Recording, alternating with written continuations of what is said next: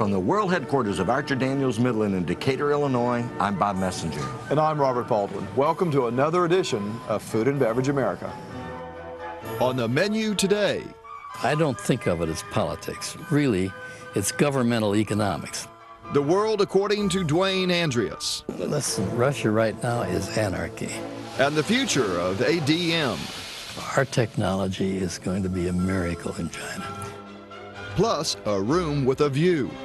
Much of the future is going to be predictable for some companies. And a man with a vision. Right price, right place, right product.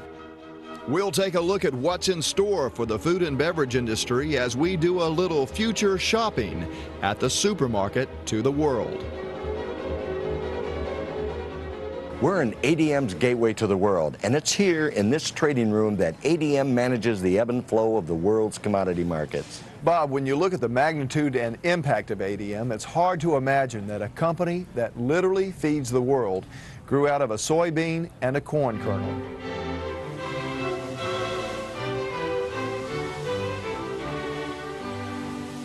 It's like a modern-day version of the parable about the loaves and the fishes. Take a little bit of this and a little bit of that and miraculously turn it into enough food to feed a hungry multitude. As incredible as it sounds, that's just what Archer Daniels Midland has done, simply by exploring the limitless applications for American grain. So we like to think we get out everything out of the bushel but the squeal. And in the process of processing food ingredients from corn, soybean, and wheat, ADM has become one of the great success stories of the 20th century and one of the keys to feeding an overcrowded world in the new millennium. So you see, it's easy to be proud of the fact that in addition to making money, you are accomplishing something in the world. Over the course of 100 years, ADM has grown into a multinational giant known as the supermarket to the world, developing a global network of processing plants, research labs, and transportation systems.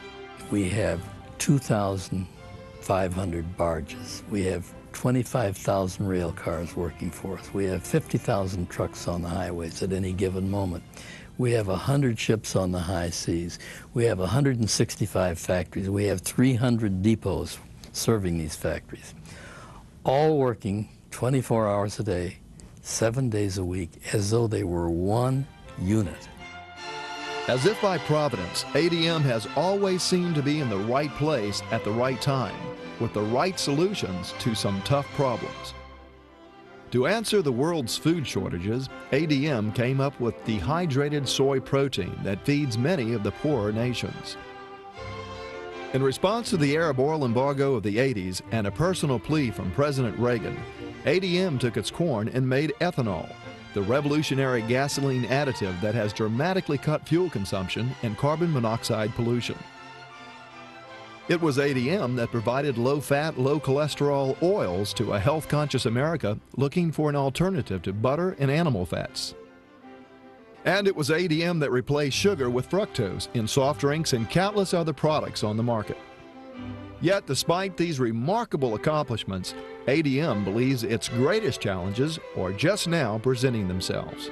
I have never seen a time where there is more opportunity for growth in the agri-processing business than today. ADM Senior Vice President Martin Andreas sees the company's future linked to projections that the world's population will more than double from 5 to 11 billion people within the next 50 years. For 30 years, you and I heard about a population explosion. It was coming, and we all got to be skeptics because it never came. But I would suggest now it has arrived. In anticipation of the day when land available to grow crops and raise livestock will be unable to meet the demands of an exploding population, ADM is working overtime researching and developing ways to head off the crisis. ADM is already achieving great success with a variety of soybean-based products that are proving to be a delicious, protein-rich alternative to meat. They include links, burgers, and a ground meat taste-alike, all being sold by Green Giant in most markets around the country. And there are other similar products in development specifically for export, like Meals in a Bag. And it's a combination of textured soy protein and a carbohydrate source. It can be rice or it can be pasta, as an example. And the textured soy protein can be made to look like and taste like beef, pork, or chicken. So we're very bullish that this product is going to have an opportunity for feeding the masses around the world. ADM Vice President Larry Cunningham oversees the company's long line of value-added products, which also includes a combination of soy protein and beef that drastically reduces fat content and extends meat supply. And we have been successful in doing the same thing with hams, with barbecues, with sausage products, with wieners as well, by combining the pork with our soy proteins. Then there's soy milk. This product has a shelf life of a year. And like the meal in the bag, all you have to do is to add water to this product, and it's ready for consumption. It has no lactose in it, and it has no cholesterol in it. So it's a healthy alternative. ADM is also moving ahead rapidly and successfully with a fish farming program, or aquaculture, to help solve a worldwide seafood shortage. And so we think aquaculture is going to play an increasing role in that. In fact, about 15% of the seafood production in the world last year came from aquaculture. Intensive research led ADM to concentrate on a variety of Mediterranean fish called tilapia, which grows 60% faster than any other fish in the world.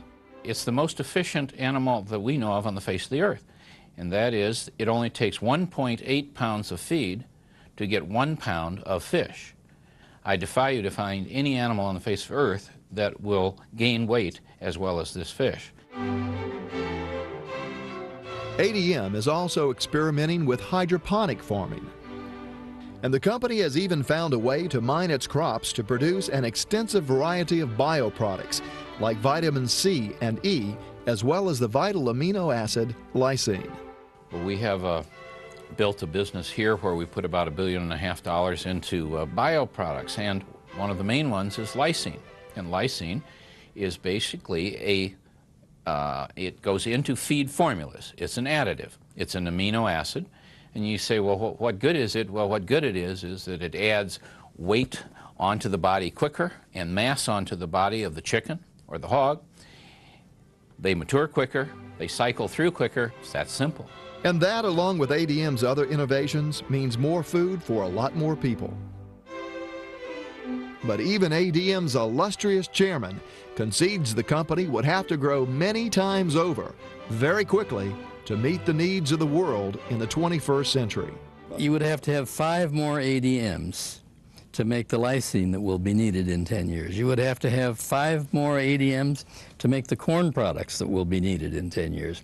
You will have to have 3 more companies like ADM, although we're the largest in the world in oilseeds, to make the soybean meal that will be needed in 10 years. And you will need 5 ADMs to make the cooking oil that will be needed, and you will need, get this, 15 ADMs to make the bread that will be needed in the world 10 years from now. Robert, behind every great company, there's a great man. And in the case of ADM, it's Dwayne Andreas, an American visionary who has led ADM to where it is today and is still guiding this industry giant as it seizes the challenges of tomorrow. If you're going to be in this kind of business, you must know that you are doing what the government wants you to do. Maybe they're wrong, but you can't oppose a government. When we come back, the world according to Dwayne Andreas.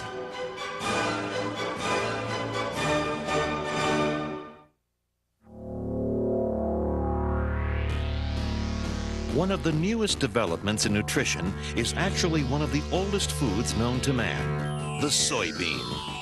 For over 4,000 years, the Chinese have used it to make nutritious, protein-rich foods.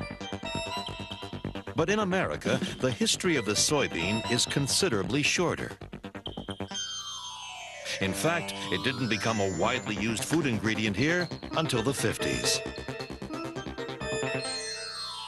One thing's for sure, though, it's come a long way since then. Over the years, one company has led the way in unlocking the versatility of the soybean. a company that each day continues to develop new ways to use this abundant, functional source of protein. The Archer Daniels Midland Company. That's using the old bean.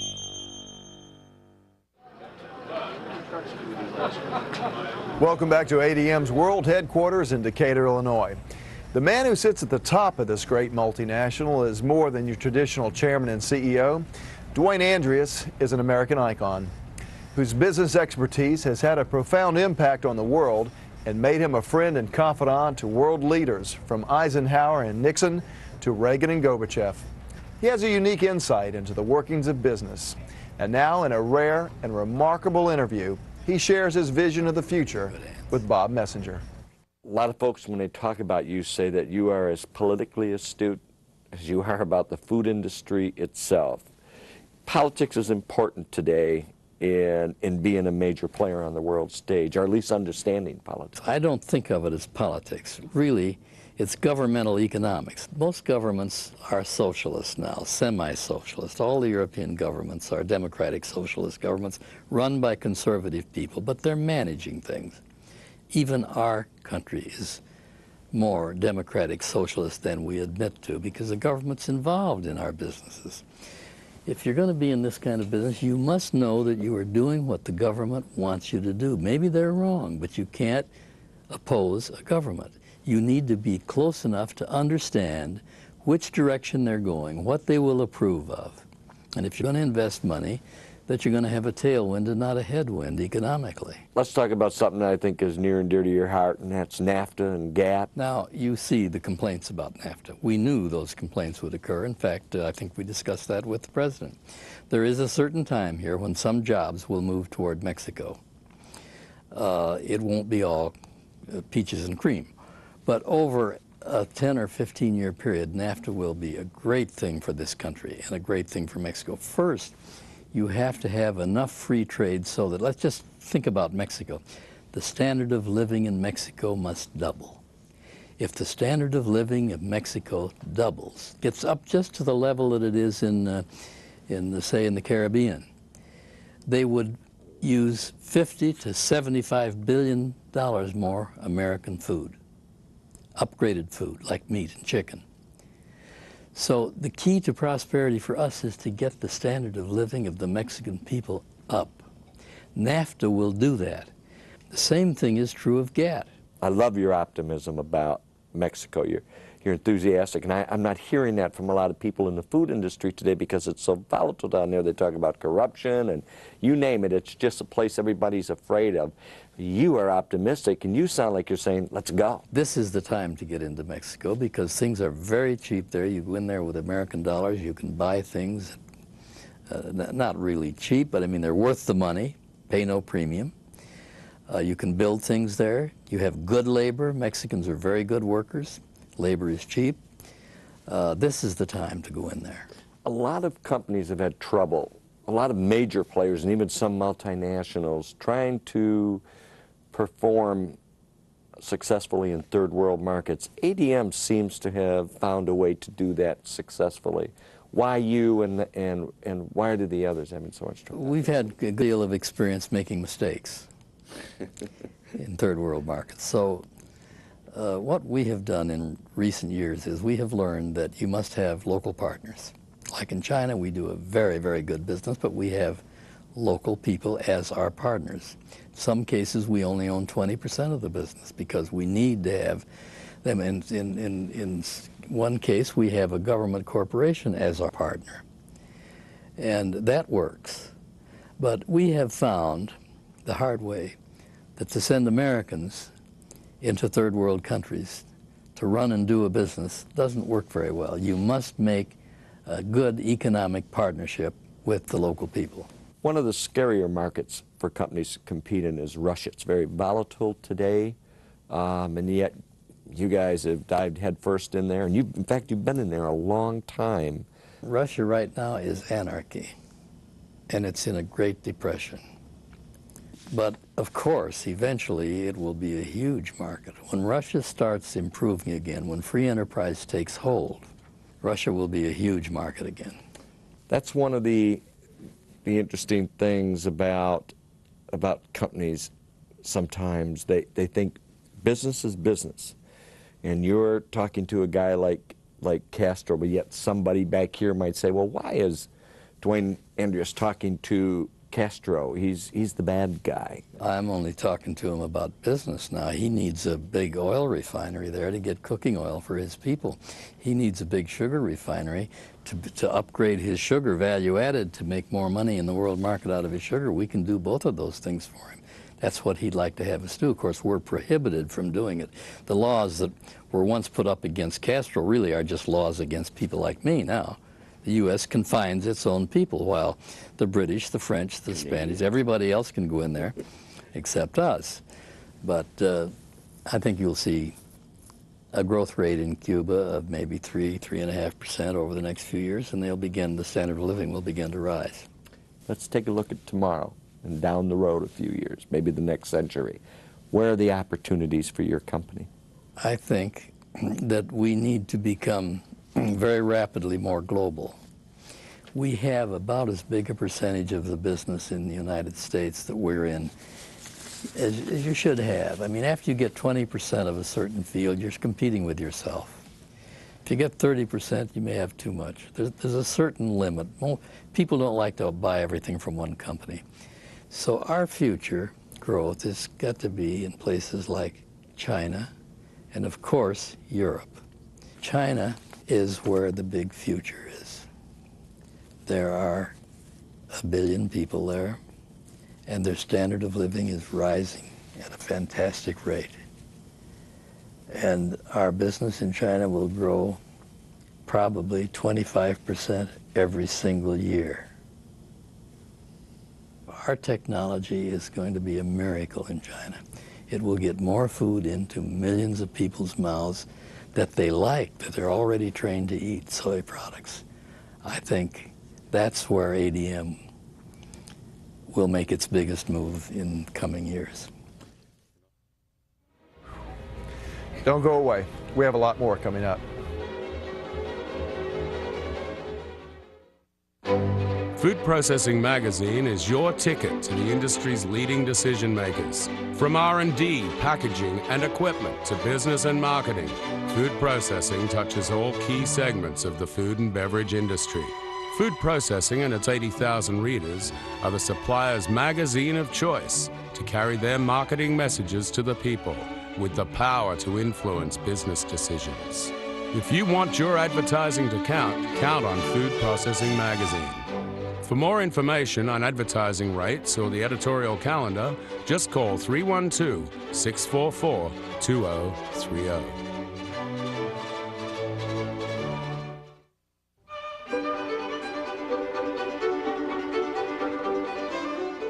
Hi, I'm Robert Baldwin along with Bob Messenger with news and views on trends and other insights impacting the food and beverage markets.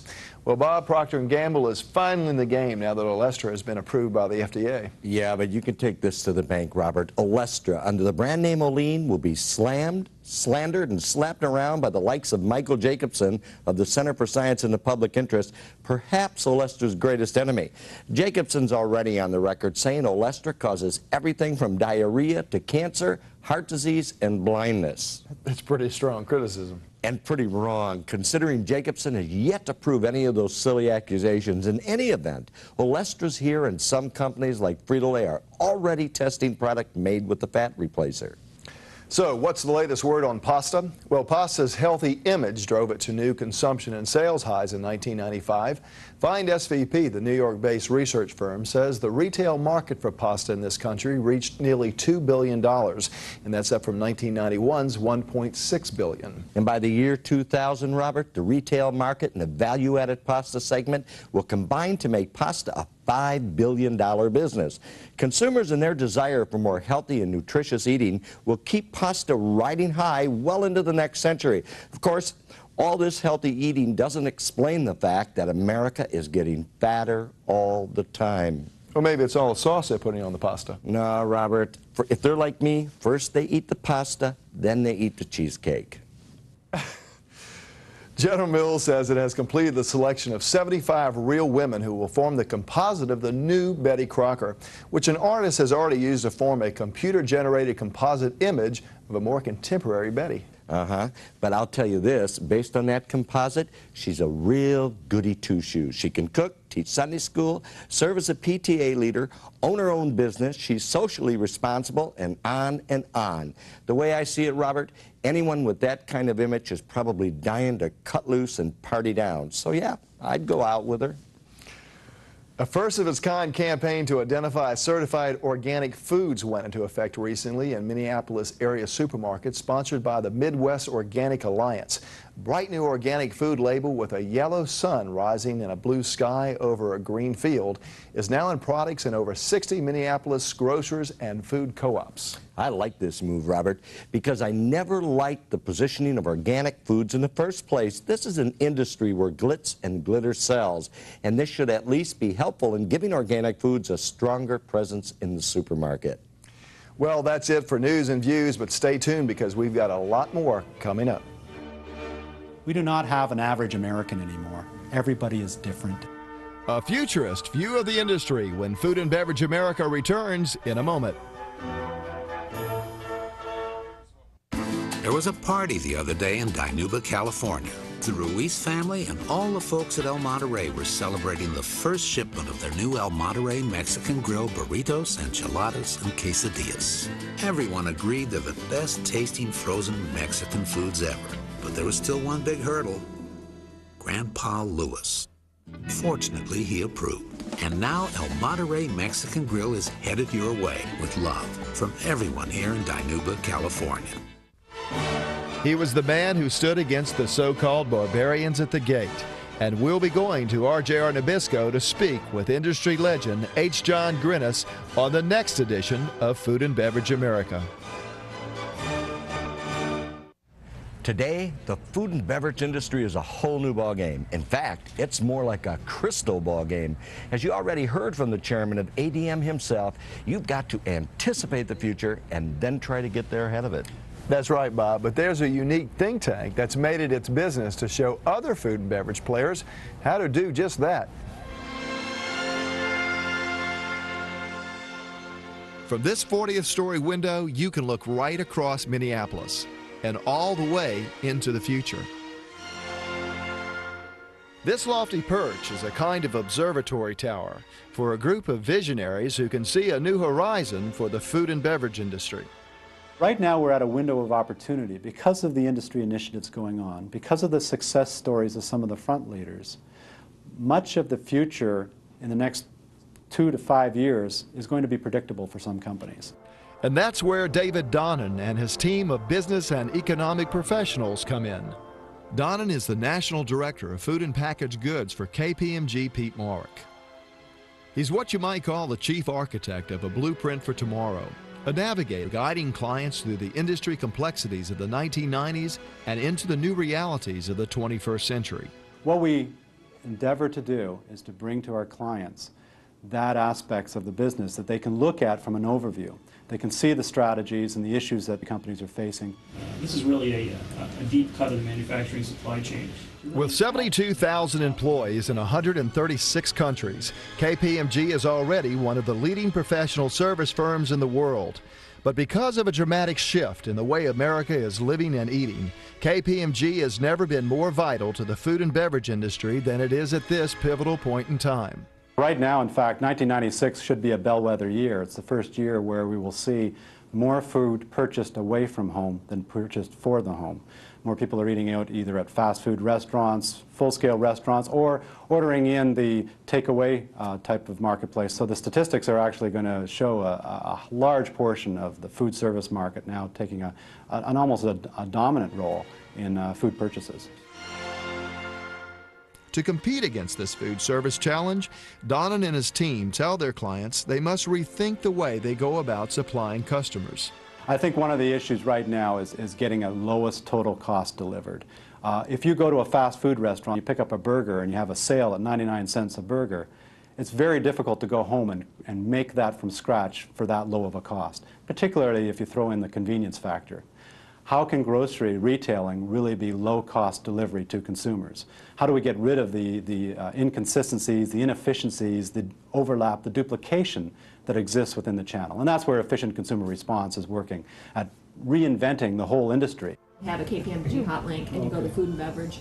KPMG's food and packaged goods consultants focus on streamlining a client's supply chain from concept through manufacturing to delivery to the marketplace. KPMG offers information, whether it would be in the form of understanding the risks involved in a company, right through to the information on how best to compete, cost profiling, market opportunities, alliance partnerships. Who out there could we align ourselves with to give a better aspect, a better presentation to the marketplace?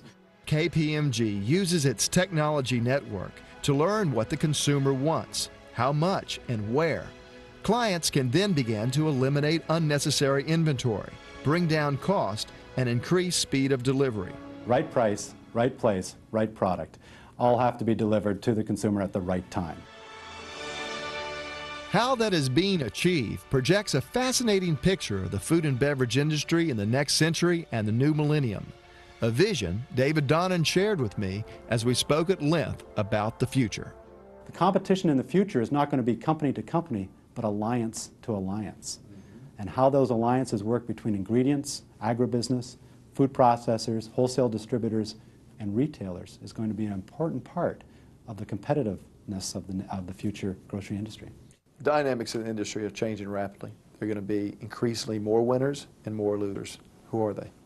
The key winner is going to be one that gets that information base coming together, that links up with their customers, their retailers, or the food service operators, providing the right product. The loser is going to be one that is not able to link up that information base, not delivering the product on time, being a high-cost provider in that channel. We do not have an average American anymore. Everybody is different. Everybody wants different things. And the other thing about consumers is they're fickle. What I like today, I won't necessarily like tomorrow. So the ability to be able to understand the trends, capture the data, and move and change to meet those trends is going to be fundamental. Tell me about changes in consumer habits and their desires. I think the biggest change that we're going to see occur in the food and packaged goods industry is the changing way that consumers are going to buy their product. I think buying the groceries, cooking from scratch will still be there, but the changing dynamic of the channels, the food service channels, the mass merchant channels, the grocery channels, are going to change the way not only consumers buy food, but how food will be prepared. Before, we used to have food where it would be a series of ingredients that we would put together ourselves in our kitchen. In the future, it may already be prepackaged. We may have speed scratch or other types of foods. How consumers prepare and purchase and prepare the food will change the industry. Certainly one of the major dynamics is globalization. Where are we heading? Globalization is going to be one of the major driving forces in the food industry. What we're seeing now is the large global companies, the Nestlés, the Unilevers, the Grand Met, being able to leverage economies of scale on a global basis. So when they come up with a new product or a new packaging innovation, not only can they land it in North America, but they can land it in Europe, they can land it in Asia. And they can now spread those high research and development costs over a much, much larger base. How do you see the year 2000, 2010 for the food and beverage industry? What I see in 10, 20 years will be a different way consumers will buy, a different way consumers will purchase, and ingredients, products coming from a variety of different locations around the world. We're just seeing the thin edge of the wedge as far as multi-ethnic types of foods coming into the United States. So I see diversity, I see change, and what I see in the computer industry with short shelf life and changing dynamics and changing technology, the food industry is going to see as well. If you invent a better mousetrap, people will beat a path to your door. The food industry analogy is if you invent a better one-handed hot meal that can be eaten while driving a car, the food industry will beat a path to your door. And now here's Bob Messenger with some more food for thought. I'm a guy who loves it when the big fellows in our industry lock horns. War is hell, even in the food industry. And right now, Coca-Cola Foods and its Minute Maid orange juice brand have invited Tropicana adult beverages into the proverbial OK Corral for an old-fashioned shootout. Hey, Tropicana's been one tough puppy of late, and they've had Minute Maid on its heels. But Coca-Cola Foods recently boasted publicly that a national taste test it conducted says consumers like Minute Maid premium frozen concentrated orange juice, that's a mouthful, better than Tropicana Pure Premium not from concentrate chilled orange juice, another mouthful. They also say it's a better value. Man, I know the folks at Tropicana. They're a feisty, competitive bunch, and I expect they'll reload and fire right back at Coca-Cola Foods. Bottom line, my friends at Tropicana say they've been kicking the bejeebies out of Coca-Cola Foods and Minute Maid, which may explain Coca-Cola Foods' in-your-face national taste test strategy as a counterattack. This is going to be fun to watch. Watch out, Budweiser. There's a new Miller flagship beer just itching to nip at your category-leading heels, which means Miller has pretty much given up on Miller High Life, long the icon for this big-time brewer. And why not? Miller High Life is selling at 1/4 of its one-time peak volume level. The new beer under the Miller brand name is now being marketed in Texas, Florida, and Louisiana, and is positioned as a premium with Budweiser dead in its sights. Of course, it's a long way from startup to the throne, and Miller will have to dig deep into its wallet to wage a battle with powerful Anheuser-Busch, which will be highly motivated to keep Bud in the driver's seat. I hear through the grapevine that I'm a dirty word at Keebler these days, following my occasional whacks at sellout parent United Biscuit. What I basically said was United Biscuit didn't do much to stoke Keebler's competitive fires versus giant arch rival Nabisco, and I'm not about to change my mind now. Look, guys, none of this was personal. I just think Keebler deserved a better shake considering how intense the cookies and crackers business is. United Biscuit, in my book, was a penny-pinching, uptight UK conglomerate with no stomach for the kind of warfare that goes on U.S. turf. The truth may hurt, but there it is. Of course, under its new ownership led by Flowers Industries, Keebler may become a much more dangerous arch rival for Nabisco. Have you heard about Coca-Cola's latest reorganization, which will trash the concept of domestic and international units? Instead, Coke will create 6 operating units, each one focused on a particular region of the world. Well, for a truly global company, I suppose that makes sense, but I got to say it. I don't remember a time in the last 20 years when so much restructuring was going on inside our industry's big guns, the last 2 years especially.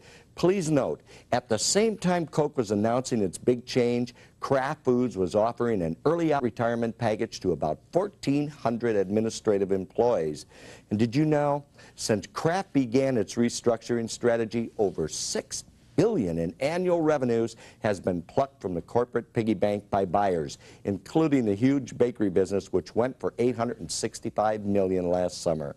Expect more restructuring in 1996 all across the board. And as we enter 1997, most of the big guns should be at or near their corporate core, and the restructuring boom will finally slow down. But I won't bet you on that. Well, that's it. I'll see you next time. I'm Bob Messenger. And I'm Robert Baldwin. Thanks for watching. And we'll see you on our next edition of Food and Beverage America. If you'd like a subscription to Food and Beverage America, or if you've got a story you'd like us to cover, please call us toll-free at 800-303-7553 or visit our website. Our address is foodandbev.com.